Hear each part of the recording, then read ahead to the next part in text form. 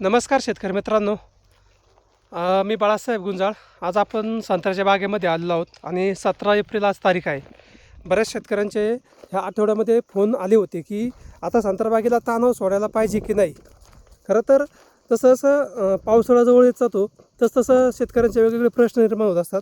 जे जुने शेतकरी आहेत त्यांना त्या गोष्टीविषयी माहिती असते. आपला बाग किती दिवसांनी ताना सोडायचा, आपली जमीन त्यासाठी पोषक आहे का, बाकीच्या अनेक गोष्टी त्यांना माहीत असतात. परंतु त्यांच्या नवीन लागवडी आहेत किंवा त्यांना पहिल्याच वेळेस धरायचं आहे, अशा शेतकऱ्यांना मात्र थोडासा गोंधळ तयार होत असतो आणि त्या गोंधळातून त्यांचा बाग तानावर सोडायचा का नाही हा मोठा प्रश्न तयार होत असतो. खरं तर मागल्या वर्षीची परिस्थिती खूप वेगळी होती.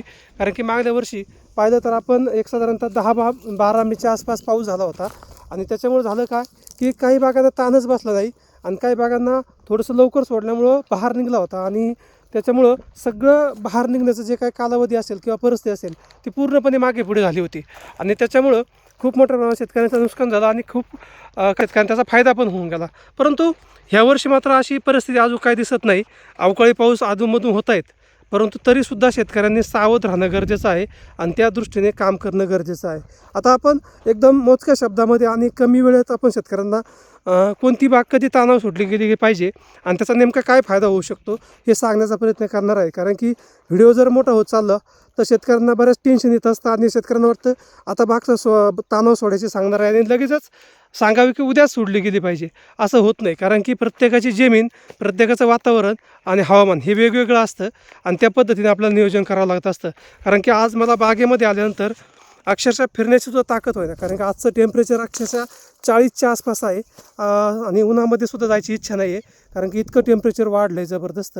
आणि असं जर टेम्परेचर राहिलं तर ज्या ज्या बागेमध्ये असेल त्या बागेमध्ये ताण लवकर बसणार आहे आणि परत एकदा पुढच्या वर्षी जे काय आपल्याला मागच्या वर्षी जे काही प्रॉब्लेम्स तयार झाले ते परत होता कामा नये. म्हणून शेतकऱ्यांनी सुरुवातीपासूनच लक्ष देणं गरजेचं आहे. आता सगळ्यात महत्त्वाचा पहिला प्रश्न असा आहे की ज्या शेतकऱ्यांची अगदी काळीची आणि खोदवर काळी जमीन असेल किंवा भारी जमीन असेल अशा शेतकऱ्यांनी आज समजा 17 एप्रिल तारीख आहे तर आत्तापासूनच ताणावर सोडला तरीही चालू शकतो. फक्त ताणावर सोडत असताना आपण एकदम एकाच दिवशी पाणी बंद नाही करायचं आहे. जर तुम्ही 2 तास पाणी देत असाल तर साधारणतः त्याच्यानंतर दुसऱ्या पाण्याला ते 1 तास करा, 1 तासाचा अर्धा तास करा. अशा पद्धतीने टप्प्याटप्प्याने पाणी कमी करत चला आणि साधारणतः ज्यांच्या खूपच भारी जमिनी आहेत, लवकर ताण बसत नाही, पाण्याचा निचरा लवकर होत नाही, अशा शेतकऱ्यांनी अगदी 15 एप्रिलनंतर बाग ताणावर सोडली तरी पण चालू शकतं. त्याच्यानंतर जे काही शेतकरी असतील बाकीचे मध्यम हलकी जमीन असेल त्यांची, अशा शेतकऱ्यांनी आपल्या जमिनीची परिस्थिती पाहून साधारणतः 1 मेच्या आसपास ताण सोडला किंवा बाग ताणावर सोडली तरी चालू शकतं. कारण की ताणावर सोडण्यासाठी प्रत्येकाची जमीन एकसारखीच असते अशी नाही. त्या दृष्टीने प्रयत्न करणं गरजेचं आहे आणि त्या दृष्टीनेच बाग ताणावर सोडायचं नाही हे लक्ष देणं गरजेचं असतं. म्हणून ज्यांच्या मध्यम हलक्या जमिनी आहेत अशा शेतकऱ्यांनी मात्र 1 मेपर्यंतचा विचार करावा आणि सांगितलेल्या पद्धतीने 1 तासाचं 2 तासाचं पाणी 1 तासावर आणि 1 तासाचं पाणी अर्ध्या तासावर करून ताणावर सोडणं फार गरजेचं असतं.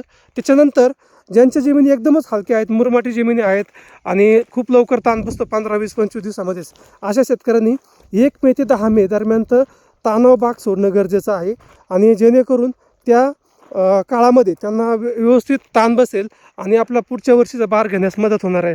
म्हणून जर अशा पद्धतीने शेतकऱ्यांनी नियोजन केलं तर निश्चितपणे त्यांचा बागेला ताण व्यवस्थित बसेल आणि जर ताण व्यवस्थित बसला तर निश्चितपणे आपल्याला पुढच्या वर्षाची बहार व्यवस्था जी काही करायची आहे ती खूप चांगल्या पद्धतीने करता येऊ शकते. कारण की हे सगळे आपले अनुभव आहे शेतकऱ्यांना देण्यासाठीचे. कारण की आपण कुठल्या प्रकारचे शास्त्रज्ञ नाहीत किंवा कुठल्या प्रकारचे तज्ज्ञ नाही आहोत, परंतु जे काय आपण शेती पिकवतो आणि दरवर्षी जे अनुभव घेतो ते शेतकऱ्यांपर्यंत पोहोचवणे आणि त्या शेतकऱ्यांना मार्गदर्शन करणे हेच आपलं काम असतं. आणि त्याच्या माध्यमातून जर तशा पद्धतीने जर शेतकऱ्यांनी नियोजन केलं तर निश्चितपणे त्याचा फायदा होऊ शकतो आणि चांगल्या पद्धतीचा संत्रा बाग येऊ शकतो. म्हणून शेतकऱ्यांनी ह्या तिन्ही शेतकऱ्यांनी म्हणजे त्यांच्या भारी जमिनी आहेत, मध्यम हलक्या जमिनी आहेत आणि एकदम हलक्या जमिनी आहेत अशा शेतकऱ्यांनी अगदी पुन्हा एकदा सांगतो एकदम थोडक्यामध्येच, ज्यांच्या खूप भारी काळीची जमीन आहे त्यांनी अगदी 15 एप्रिलपासूनच ताणावर सोडलं तरी चालू शकतं.